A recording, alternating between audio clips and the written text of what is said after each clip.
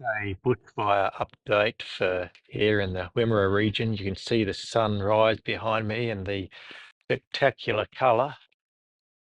A lot of that is no doubt because of the smoke from the Grampians fires. The Grampians is about 75 kilometres to the southwest from here. So yesterday was a day with extreme fire danger, and we had dozens of fires in the region, dozens and dozens. If you were to look at the map, you'd see spot fires in quite a large area and then a number of larger fires.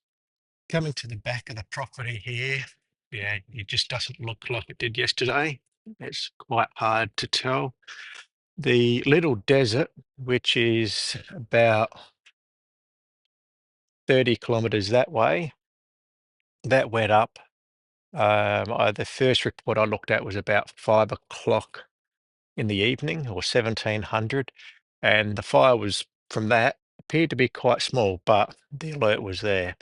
And in 4 hours, from what I can see, looking at the map myself, it appears as though perhaps 75% of the little desert was to some extent consumed by the fire. That's rather fast moving. Around here, as you can see, a lot of this is just farmland. It's already been cropped, so there's not much there to burn.